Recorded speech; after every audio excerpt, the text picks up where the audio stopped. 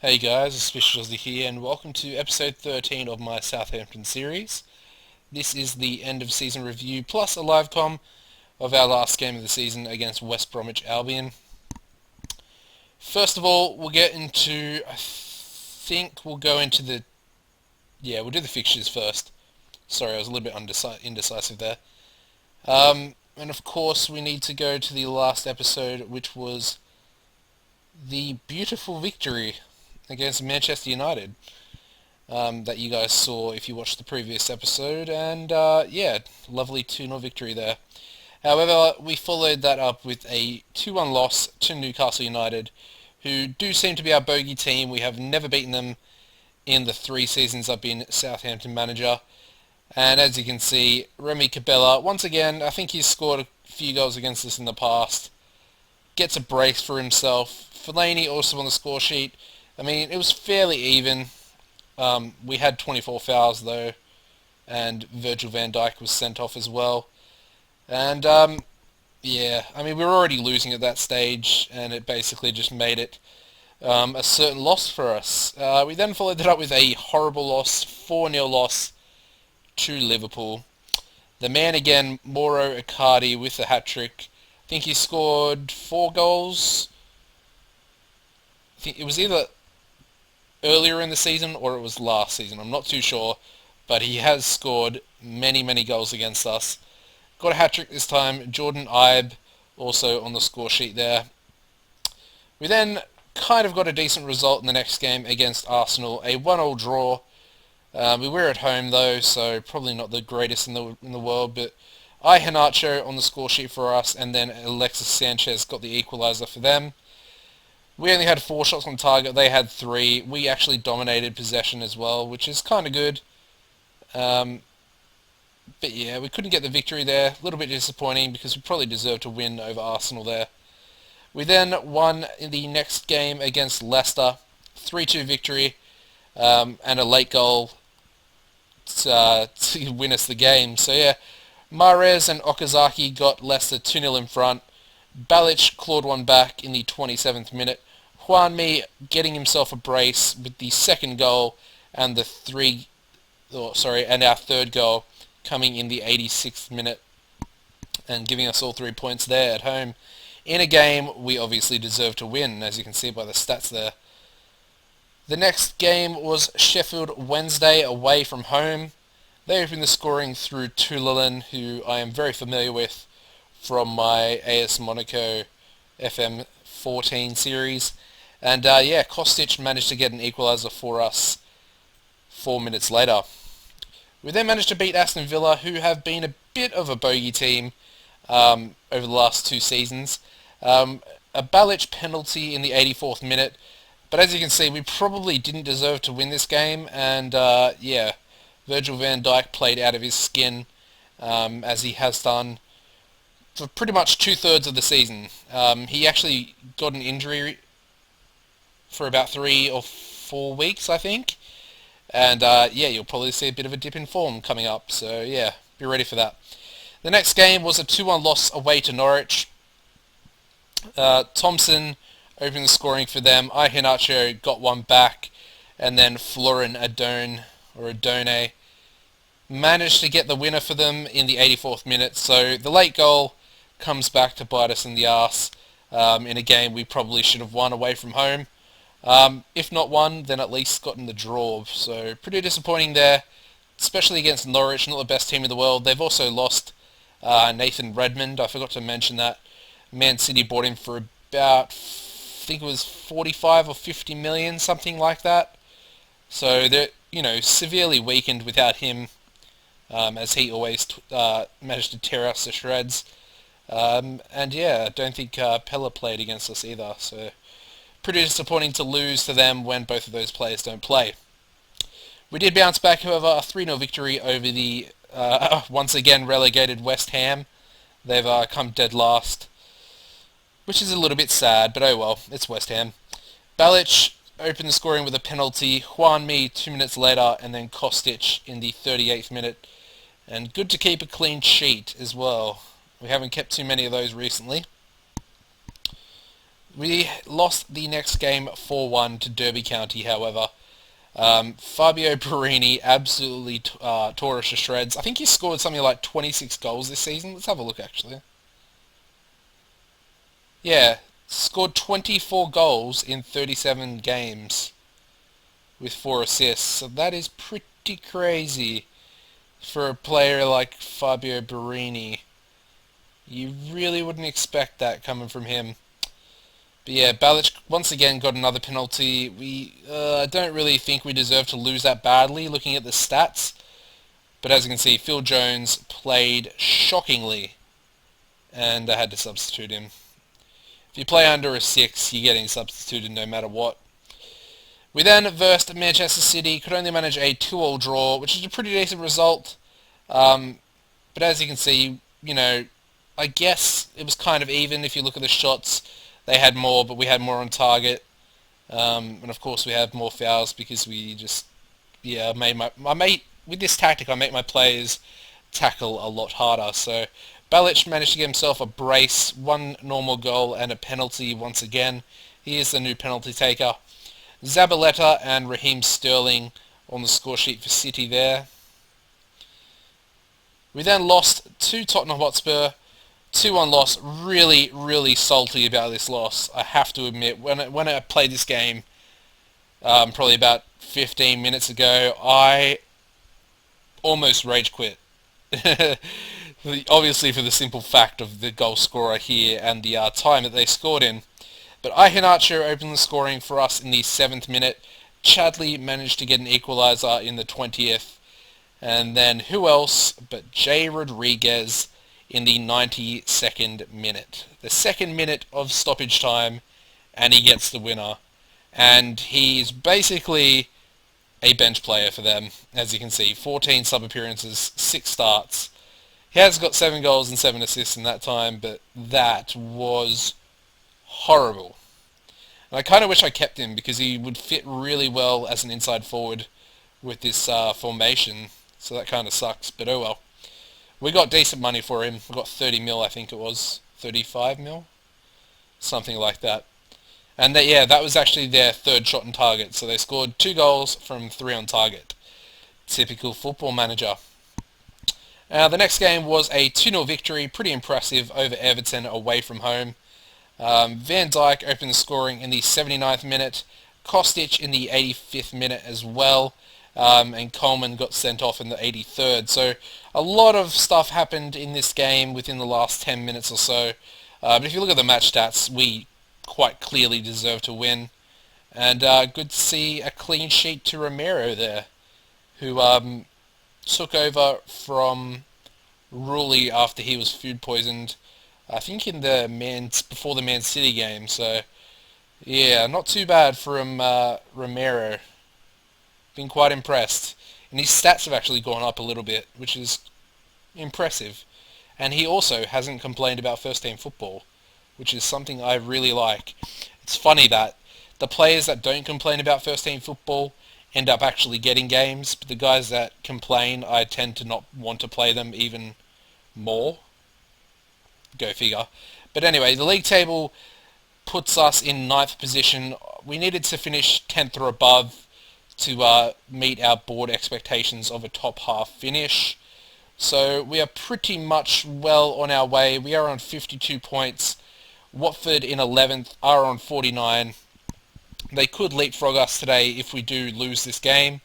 We could also drop down into 10th if Crystal Palace win and we draw or lose. So I would like to finish 9th. Of course, our first season we did finish in 9th place. So I would like to equal that. Because I don't really want to regress too much in this series, even though every season I've kind of sold my best players. I'm going to try and stop doing that from now on, and we'll try and build a proper squad because I have got quite a few decent youngsters that are really progressing, and I'll show you some of those guys later after this game. So we'll get into things here. We'll go through the lineup today. The starting lineup will Romero stays in goal with his clean sheet that he got against Everton. We've got Chambers as our right centre-back, Van Dijk as the central back, or central centre-back, I suppose. of course, which is the ball-playing defender. We got Jones, who came back from his injury, hasn't impressed me too much at all. Yeah, I should probably play Font, to be fair, but his stats are really regressing now. He is, of course, 34 years old. We've got Katembwe, who has solidified his left back position, or left wing back, sorry. He is improving immensely. Got a cap for Belgium at 17 years old. That is quite immense. Sakai will be the right wing back today. We got Fellaini and Balic in the centre of midfield. Juanmi on the left, Kostic on the right, and Iheanacho up front, as always. The bench today will be Rulli, Font, Kurzawa, Classy, Romero, Honda, and Lopez. Let's do this, eh? West Brom are coming 18th, and I think if they lose this game, they will be relegated if they aren't already. So, yeah, I think the relegated teams so far are Swansea and West Ham, as I mentioned before. We do go into the game as the favourite. And as you can see, very close at the top of the table. You've got Man City on 78 points, United on 78 points, and Chelsea on 77. So, 3 teams in the mix there. And I'm quite interested to actually see how that plays out. I'm going to tell the boys to pick up where we left off against Everton. Martin Odegaard. He was deadly when we versed these guys earlier in the season. I think he scored 2 goals against us. But I think that was against the other tactic. And of course, Rondon is always a danger man. As he's in behind here, shoots and he scores. I was about to swear then because we're a minute and 15 seconds into the game and he's already got the opening goal. And apparently my boys think the goal was offside, so yeah, rage moment, but keep calm, keep calm. Okay, we haven't had a shot yet, which is worrying, but we have possession. But of course that doesn't mean shit if you don't manage to score goals, and Rondon is in behind once again. But he plays it back. Oh, brilliant tackle, Balic. Break Odegaard's legs, please. Jakob. Rondon. Oh, what is going on? Don't shoot. Oh, what a block.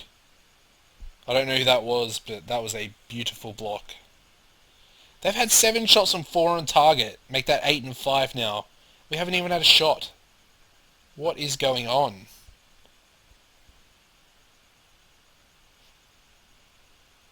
I'm so confused.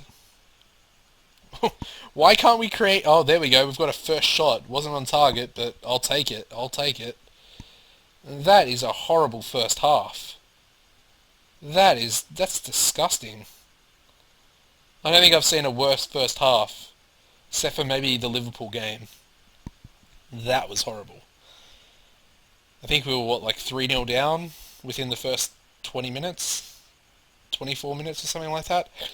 Anyway, we've had our second shot of the game. Again, not on target, but positive. Not really. I'm just being sarcastic now. Oh my god, what are we doing?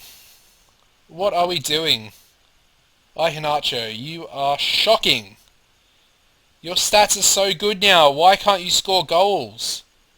He's only got 13 this season so far. Well, so he's got 13 because this is it. I don't know who else to take off. No one, I guess. Wish I could take them all off the field. Except for Van Dijk and Sakai. That's about it. Come on, boys, do something. What are they doing? We've had a shot on target, yay, in 75 minutes. Oh my god. Fuck that, I'm going attacking. It's the last game of the season. 10 minutes on attacking. Probably concede 3 goals, but anyway. At least I tried, eh? At least I tried. I'm going to pause it there. We've got a highlight as well. Passionately encourage the boys.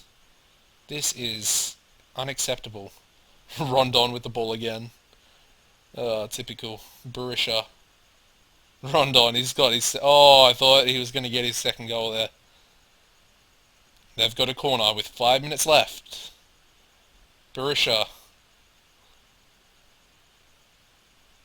crosses it in, and that'll go out for a throw. Okay.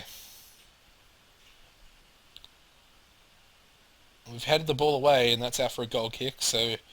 Oh, it's actually the end of the highlight, but anyway.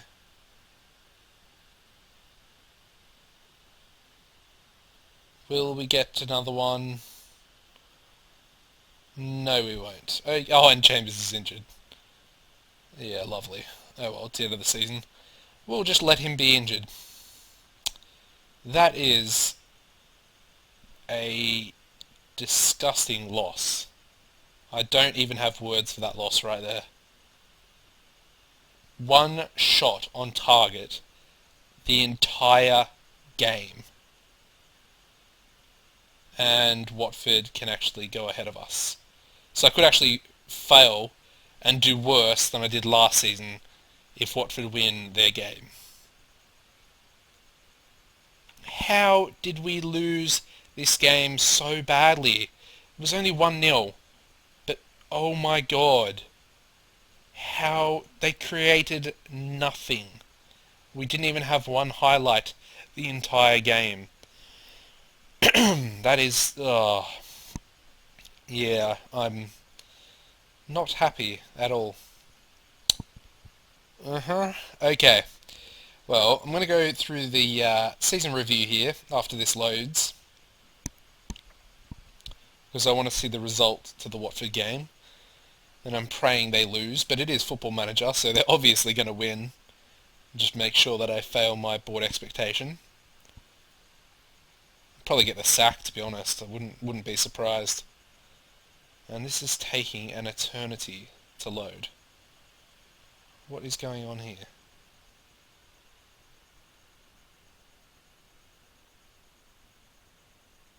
I've never seen it take this long to load before.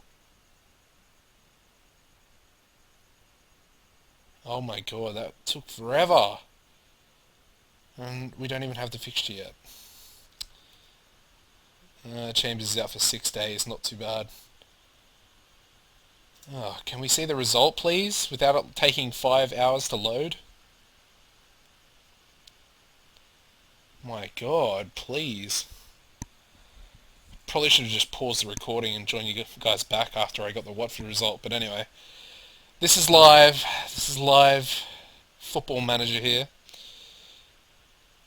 Aggressive commentary, albeit, but still. And yeah, showing you guys exactly how incredibly fast my computer is at processing the game. I swear, it must be because I'm in windowed mode, because when I'm playing like full screen it just processes a lot faster. Anyways, looking at a few youth players to potentially sign in the future as well. As you can see here, scouting a few French guys. We'll have a look at Balash's training progress here. As you can see, still improving very nicely. And that's my dog barking in the background if you heard him. 3-star current ability with another star still to go. And Bertrand's upset. And apparently Bertrand wants to... yeah, so this is the shit I've got to deal with, basically. We'll strive to help the club improve. You need to let Ryan leave. Yeah, the two guys that want his position. Mate, you've got a young Belgian guy in front of you who looks world class, so... Oh, Kazuo did play quite impressively.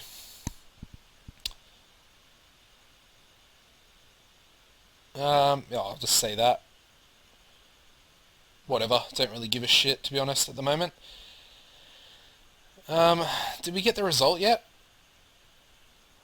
I'm just gonna exit this for a second, stop it processing, if I can. Or not. Okie dokie.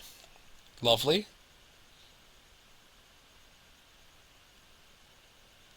Well, I guess that's for next season. Okay.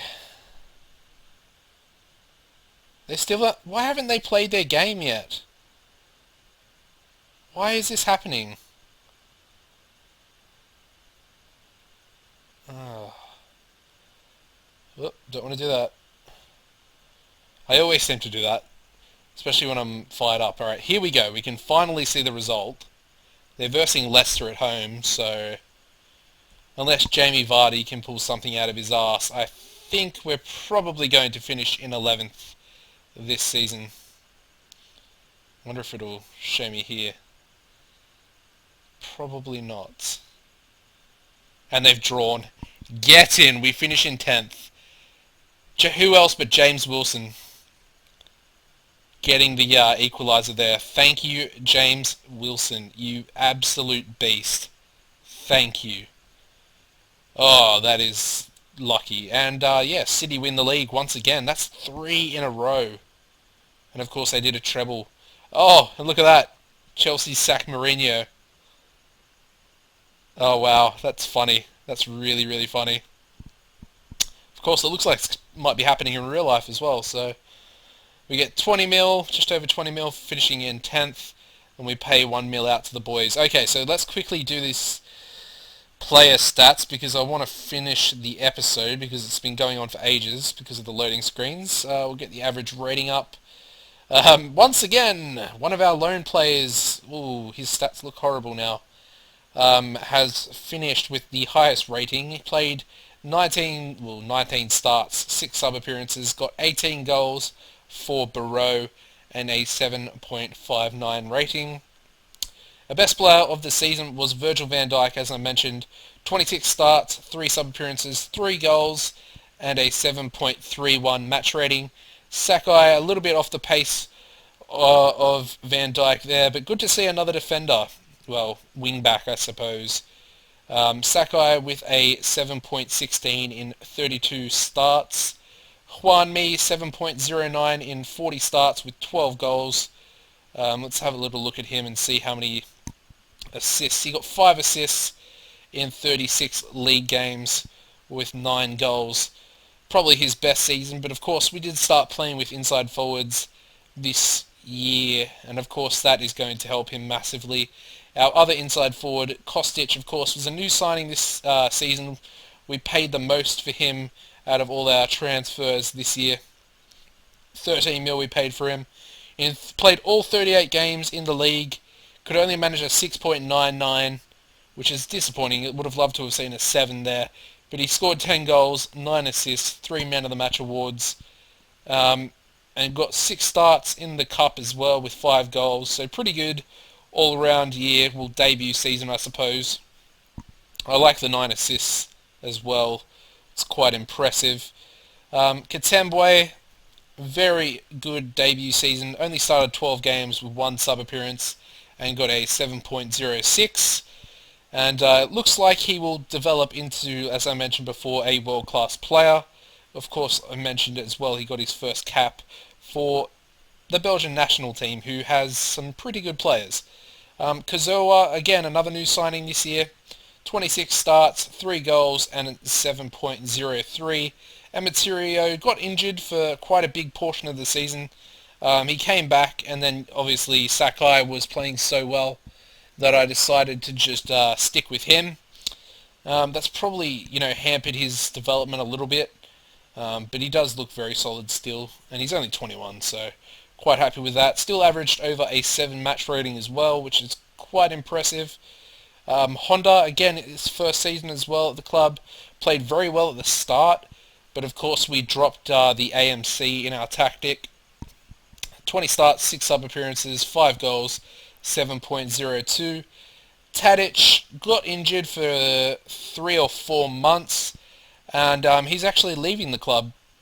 I've been trying to offer him a new contract, but he continuously keeps failing for a work permit because he's Serbian. And yeah, so he's leaving the club on a free transfer. A little bit upset about it, but not too much. We probably could have sold him last season for like 20 million plus. Probably should have done that, but oh well. Not too big of a loss. 7.01. 5 starts, 3 sub-appearances, nothing special at all. Wellington Silva looks pretty disappointing, to be honest. As you can see, he's got very good stats, but only managed a 6.99 at Barrow in 25 starts with 4 sub-appearances. Only scored 1 goal. Not great. Marouane Fellaini, of course, playing the ball-winning midfielder role.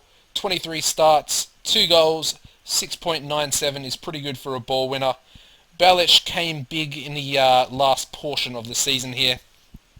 19 starts, 12 sub-appearances for 6 goals. Of course, 4 of them were probably penalties. And he averaged a 6.93. Font, a little bit further down, 6.92 in 36 starts. The 34-year-old as well. Pretty impressive for a man of his age. And his pace as well. He's got no pace, but he's played very well. Well, he did for most of the season before Jones got back from his injury. Jordy Clasie played the first portion of the season as our deep line playmaker, 27 starts. Only the 1 goal, a 6.92, not too bad. Callum Chambers, was this his first season? Second season, sorry. He's actually done worse, but he's played a lot more games, to be fair. Yeah, he only managed a 6.88 over the whole season with 41 starts and a 1 sub-appearance. And the final player I think I will go over here will be Iheanacho. 37 starts, 1 sub-appearance, only managed 13 goals and got a 6.88 like Callum Chambers there. The 2 goalkeepers were fairly similar. 6.83 for Rulli and 6.81 for Romero, who actually played 27 games to Rulli's 18, so very interesting there. Maybe we look to sell Rulli on. I'm not too sure. His value's actually dropped a lot. That was at like 16 million, and it's down into 7 now. Michael Carrick is retiring. I'm probably going to sell Gaston Ramirez, I guess Bertrand as well, and probably look to move Honda on as well. I'm not too sure about him. He probably, I think we will. I think we'll get rid of him as well. We'll see how we go though. We are getting a Turbo in, don't forget. He managed to get his work permit, which I'm very happy about, because it does give us another option on the right inside forward position, although we do have Kostic there, who was probably the second best performer of the season. As you can see, he was the top goal scorer actually, with his 15 goals. Van Dijk got the highest average rating, and Kostic again got the most assists. Interesting to see Franco Lopez got an 84% pass completion. And he didn't really play too many games. Let's have a look here. We have 14 games that he played, 1 goal, 1 assist, and a 6.72. So not very impressive at all, but he's got the best pass completion. As you can see, the job security, not great, but not really in a bad position, I believe, anyway. Apparently the fans are unhappy with the sale of Jordan Turnbull, who doesn't really look like anything special anyway. And of course we have 129.5 million transfer budget for next season. That's basically going to wrap this episode up, guys. I hope you have enjoyed this season. We have finished 10th once again. Not the best game in the world to Livecom as well. Typical Football Manager though, we lose to a team coming 18th, and they've actually gotten relegated as well. That makes it a little bit more embarrassing, with a minus 30 goal difference. Lovely, lovely. And that's typical. Although I don't really see us playing that poorly against a team like that and losing. Anyways, rambling on like I have probably done for the whole episode. Drop a like if you've enjoyed it, guys, and don't forget to tune in to next season, which I'm sure will be a lot better. Well, I'm hoping it is. I think I've probably said that in all 3 end of season reviews. Anyways, guys, that's going to be it for now, and I'll see you on the preseason episode. Goodbye.